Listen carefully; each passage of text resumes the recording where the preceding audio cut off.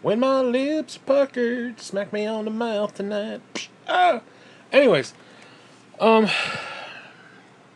so I go on to YouTube, and my entire recommended whatever it is, feed or whatever it is littered, like up the ass littered with Last Jedi bullshit. Um, no, I have to agree with most of them. The movie wasn't good. It wasn't good. You know, some people are trying to say, "Well, it's the greatest thing ever. It's a departure from typical Star Wars, man." No, it's not a departure from typical Star Wars. If anything, it was a regurgitation of 99% of the other Star Wars movies. It was. I mean, every part of it was retarded. It was literally stolen from other parts of Star Wars. So to sit there and say, oh, it was a departure and it was something new and innovative, no, it really wasn't. But the point of this clip right now is how do we make it better? How do we move forward? Now, I know JJ's already written the script for 9, whatever. This is what he needs to do. This is what needs to happen. Now, I think I'm going to break this up into 2 parts. How they could have made Last Jedi better, and how they can fix it for 9. Now, to make Last Jedi better, I'm just going to tweak a few things. Agree or disagree, whatever. Without trying to change the story too much, and try to keep it kind of what it was, but have it make sense a little bit.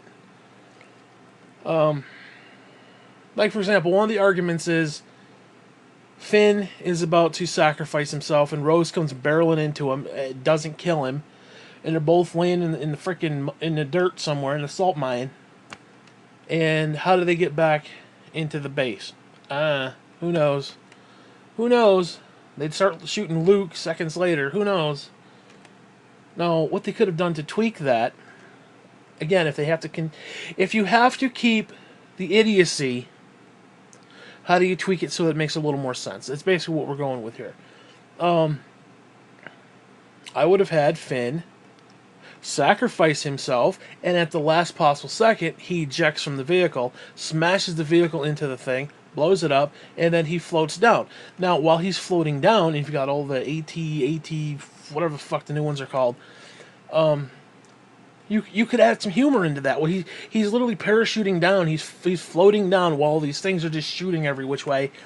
You could add some humor into that. And all of a sudden, beep beep, Rose pulls up, picks him up, and they fly back to the base. It would make a lot more sense than what we got. It may not be ideal, but it makes more sense.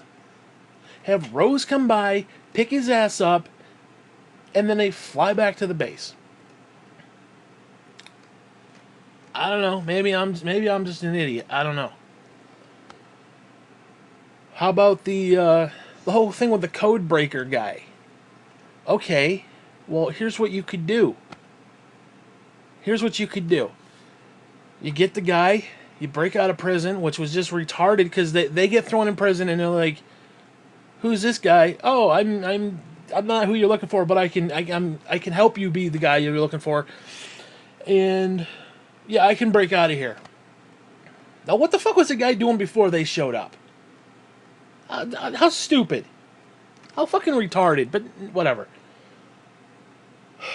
So they go on the ship or whatever, and they break the code, and they pull down the force field, and that sets up for holdo, hula hoop, whatever the fuck her name was, to smack into the side of the ship.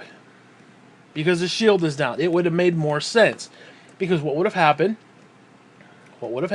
They got on, they took down the shield, they got captured, she smacks into the side of the ship, fucks everything up, this whole ship is in chaos, everything's rumbling around and shit, and it gives a distraction. That's their distraction to get free, and then they get free and they fly away. Makes a lot more sense than what you saw on the screen, I tell you that much. Now, I gotta be honest with you. I don't know how the physics even work with the whole ship thing. Now, I think in Star Wars, the hyperdrive just makes you go really, really fast. Okay. Now, if this were a real sci-fi story, now obviously Lucas isn't, a physics major. Believe me, Jar Jar fucking Banks explains that one, but whatever. Now, if this were a real sci-fi movie, the ships would go into hyperspace, which is like another dimension, another pocket, a wormhole, if you will. So you kind of zip in and then zip out at the other end of. So, okay, let's say they didn't bring down the shield, but the shield's still up. Okay. So they tried. They got captured because the guy turned on him. Okay, you could live with that. And it's been reported, gee, we didn't get the shield down. Oops, what do we do now? Now you got Holdo, what hologram, whatever the fuck her name was.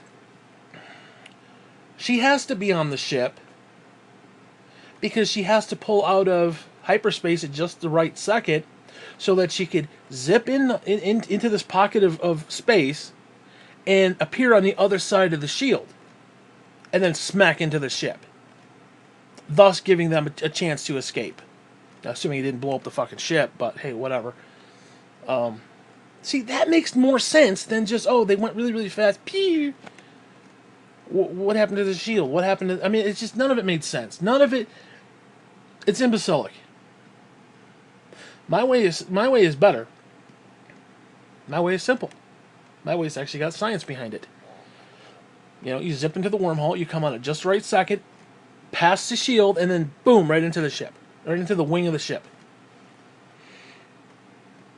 I don't know. Seems simple to me, but hey, whatever. Now, what other problems with her? Leia's Superman thing.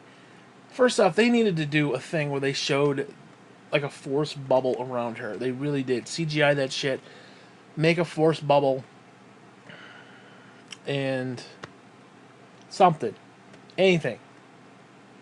But the Superman thing was just stupid. But I don't know. You can't really fix that other than just cut it from the fucking movie because it was just retarded. Whatever. But yeah, I don't know how you could have really tweaked the movie any more than that. Because a lot of it was just imbecilic. It was just poor writing. The guy is not a good writer. He's not. At least not in the sense of like story progression and shit like that. Now, how do we make it better? They gave us this pile of turd, and what I find fascinating is that Disney knows they done fucked up. They know, beyond a shadow of a doubt, they fucked up. But instead of admitting, yeah, you know what, he wasn't the greatest, although they did admit they kind of wish they had just gone with JJ for the whole trilogy. They admitted that months ago. I think even before the movie even came out, they admitted that openly. But now they're doubling down because it's like, okay, we made a like a dog, we made a poop on the floor, but we're not going to, acknowledge it. We're just going to be like, hey, how's everything going? Okay. Oh, this is the greatest thing ever. House is clean. There's no poop on the floor. What are you talking about? It's the greatest thing ever. So now they're doubling down on their bullshit. And fine. So what can JJ do to fix this shit? Well, first off, stop being a little bitch. Let's just get that out of the way. If I didn't like Last Jedi, doesn't mean I hate women. Fuck you. Don't even get me started with that shit. So how do we fix it for episode 9? Now, I talked about this in a couple other clips, but I think the best way to fix this is threefold. Or at least 3 major issues. There might be more. I may come up with more as I go. 1, you have to bring Snoke back. Make him either the Force incarnate or a disembodied spirit. Make him Palpatine's Sith Lord there, whatever. What was his name? Plagueis. Make him Plagueis, or something to that effect, where he's a disembodied spirit, and he has to take over other people, like demon possess them. So Snoke was whatever that being was, who was all fucked up, and he's now going to possess someone else. Why do this? Because it would make more sense. You've got the most powerful Jedi Sith person in the universe that we've seen up to date. And what's the argument? Oh, he didn't notice the little fumbling of the lightsaber. Hoo, okay, that's retarded. It's stupid. It makes no sense. What would make sense is if, quote unquote, Snoke, the being who's all decrepit and fucked up, was a pawn and he was a sacrifice, essentially. Because what did it do? What happened? You had Kylo Ren, who was poo-pooing and kind of weepy-eyed. Okay, what did he do? He killed Snoke, and then he basically ballsed up. He got over himself. He stopped crying like a little bitch. So, if you're Snoke, and you're possessing this particular vessel, this being, which, well, let me rephrase that. If you're, what the fuck was his name? I just said it. Plagueis. If you're Plagueis, plague us. You got something good here, fucker. His name's Plagueis. He infects motherfuckers. He takes them over. He possesses them. So guess what? Snoke, the being that you saw with a little crippled head, was a pawn to get Kylo to balls the fuck up. Think about it. Kylo thinks he's rid the universe of him, and now he's the supreme leader. Well, what happens when, I don't know, Plagueis comes and maybe takes him over? Or takes somebody else over, and it's like, yeah, no, you fucked up. Okay, I wasn't that little decrepit little motherfucker sitting there. Okay, this is the bigger picture here, son. And now you've got a really interesting little dynamic there. Because when you bring Snoke back that way, it adds to the tension between him and Kylo. And you can make it so that Snoke, or whatever, Plagueis, Snoke, whatever you want to call him, was manipulating Luke to kill him, so that Luke would want to kill Kylo, to manipulate Kylo. Because, think about this, and I talked about this in my other clip. What is the purpose? Anakin was basically born from nothing, so we think. What if Plagueis, this disembodied force spirit, or the force incarnate, whatever you want to call it, helped create him? That's the fan theory. He basically created Anakin as a vessel to take over his spirit, to take over his disembodiedness, if you will. Well, Anakin done got his legs cut off. Oops. So, who's next?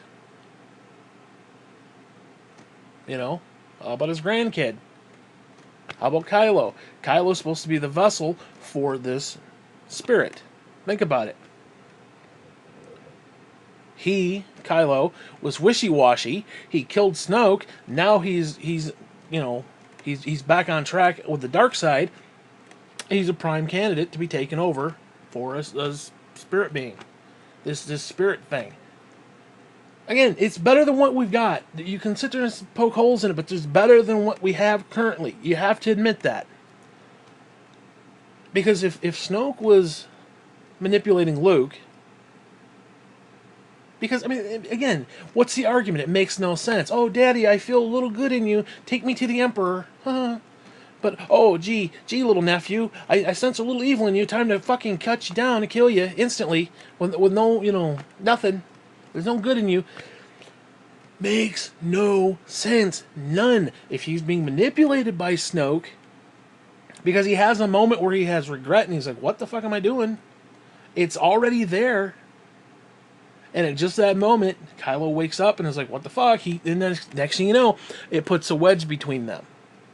What if it was Snoke? I'm just saying, what if? It would make sense. And then it would also explain why Luke cut himself off from the Force. Why Luke got all poo-pooey and got all weepy-eyed and got all kind of, old, the old man Luke. Old cranky man Luke. He cranky. Because now he's got to, he can't just force fuck his tit milk. He has to go squeeze it himself. So now he's upset.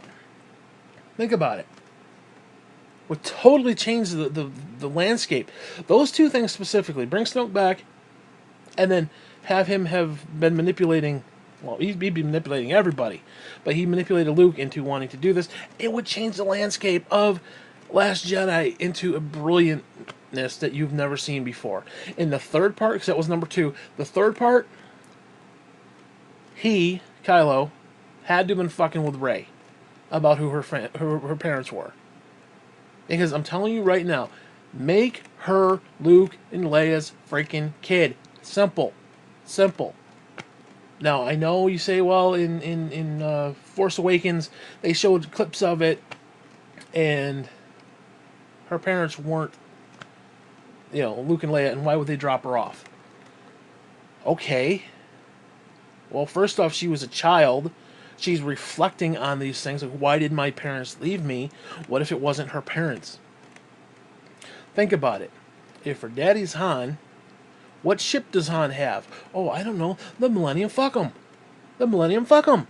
So, okay, she's on the Millennium Falcon, and somebody steals it or takes it or whatever I forgot what they said. Somebody takes it, flies off with it. Oh, the kid's on board.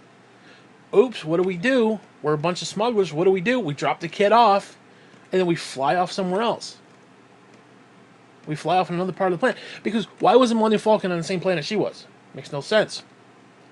You put in that little bit of tidbit of knowledge, boom, changes the whole story. Because now you got Kylo and Rey as brother and sister.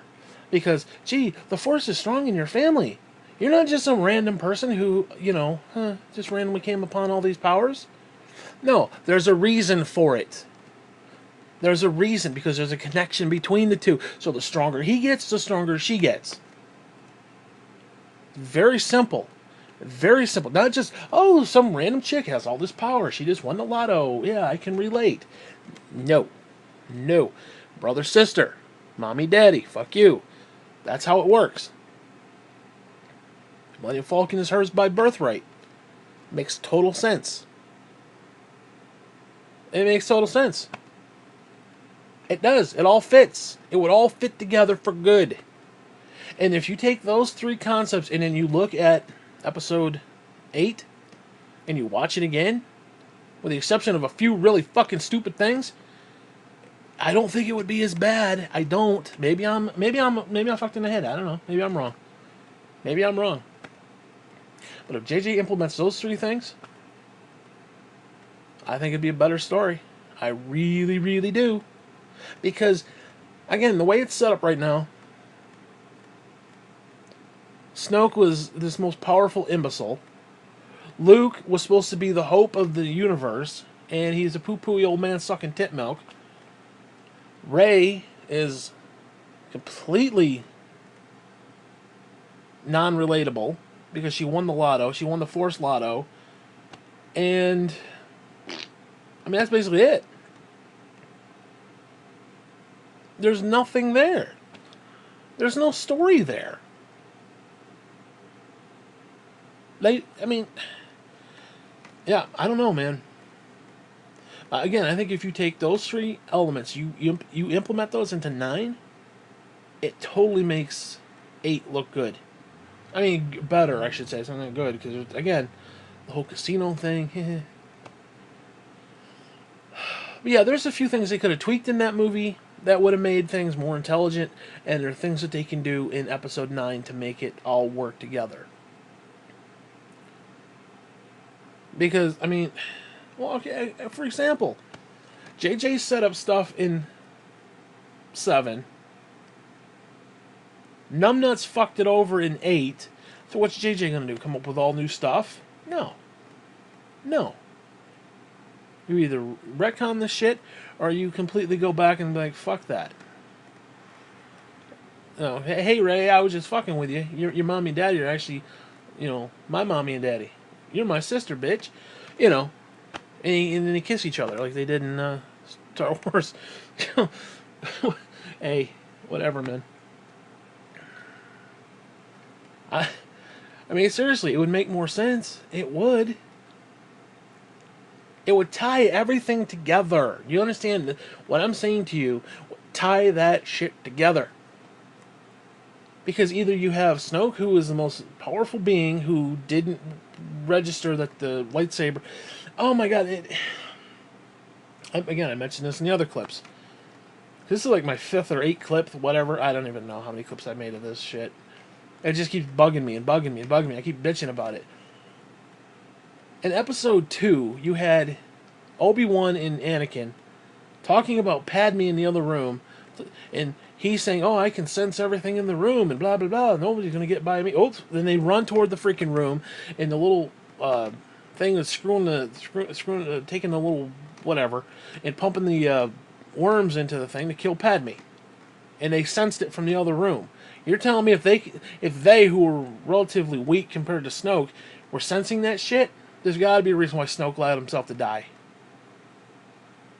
And they have a perfect setup. Why did he allow himself to die? Because A, that vessel doesn't matter, and B, it made Kylo man the fuck up. It did. Perfect story right there. Perfect fucking story. I should be writing for Star Wars. It's perfect. Absolutely perfect. Why was the Millennium Falcon? Why did Rey find the Millennium Falcon? Because she was on the same planet as it. She was taken there as a child, taken from her family, and all she could recognize is that her family abandoned her. I mean, that's a little bit of a stretch, but not that much of a stretch. And it's a hell of a lot better than what we got. Okay, well, your parents are just junkers. They're just junkers. They just left you. They sold you. Do you know how stupid that is? Do you know how stupid that is? You know how stupid that is? No, I'll ask you again. Do you know how fucking stupid that is? So you need to fix that shit. End of discussion. Her parents are either that or somebody important. Somebody important. Now you can say, well, why wouldn't Luke know who she is? Well, why the fuck does anybody not know who anybody is? I mean, shit. You look at what 4, 5. You know, Obi-Wan didn't know who Luke was. Didn't know he had a twin sister. You know, it was never really discussed, even though he knew because he was there when they fucking hatched out of the womb. Okay. You know, so we're gonna parse words with that. You know, I mean, yeah, it's maybe a few plot holes, but definitely a lot less plot holes than what we got. That's all I'm saying to you. In fact, you could probably even work it out where it's like Luke just thought she was dead, or she was taking, you know, because I mean, yeah, some random chick shows up. It's like, who are you? You know, who the fuck are you? Oh, I have your lightsaber, sir. Oh, okay. You know, he didn't need to know who she was. She could have been a random stranger. So again, it didn't really discuss it, but it didn't really need to. But although if they bring Luke back in like a Force ghost, okay, they could have that conversation for 9 and piece it all together. They could. Which would explain why she is so super freaking powerful, not just some random chick who's like, ha, I won $1 million in the lotto, yay! You can relate to me, can't you? I'm Ray. No, bullshit. Bullshit. That was a damn spot on Ray likeness, too. You got to admit that. Fuck you. Okay, but no, seriously, man. Tweak that shit and you got yourself something good here. Because I don't know, part of me is mixed. When it comes to Luke, part of me was mixed because, yeah, Luke was the new hope, but then in this one he was all poopy and like all like gruff and like you know, which I could understand. I actually don't have a problem writing Luke that way. I really don't. That he got all, you know, bitter and angry. And why did he get bitter and angry? Because he was being manipulated. That would make sense. It would be a legitimate reason, not just, oh, well, I saw my nephew and I thought, you know what, that motherfucker need to die today. You know, I was like, oh, fuck him, I'm just going to kill him. I'm just going to wipe him out. No reason. Just, you know, No, it would give it a reason. It would give it a reason. He's manipulated, and, you know, he came to his senses right at the last minute, just as Dickhead woke up and was like, oh, you're trying to kill me. You know, Because it really didn't make any sense. It's like, oh, he tried to kill me, so I'm going to burn down his temple. Okay. Okay. There was no discussion of how. Well, actually, there's no discussion of where Snoke even came from, how he got in cahoots with Kylo, how they got together, and, he tried to turn him to the dark side. There's none of that. You just take it as, oh, well, it happened. Well, that's not cool. You know? That's stupid. I want to know, how did Snoke manipulate Kylo under Luke's watch? That doesn't make sense. Unless he was manipulating Luke too. Or maybe he was manipulating Luke to train him. Maybe Luke was not keen on training his family members. I don't know. I mean, you could do any number of things with that. We never saw him train Leia, although apparently she has Superman powers. Dun, dun, dun, dun, dun, dun. Get her a fucking cape. Okay. Speeding bullet. Bullshit. Okay. Is it a bird? Is it a plane? No, it's fucking Leia in space. What the fuck? I don't know.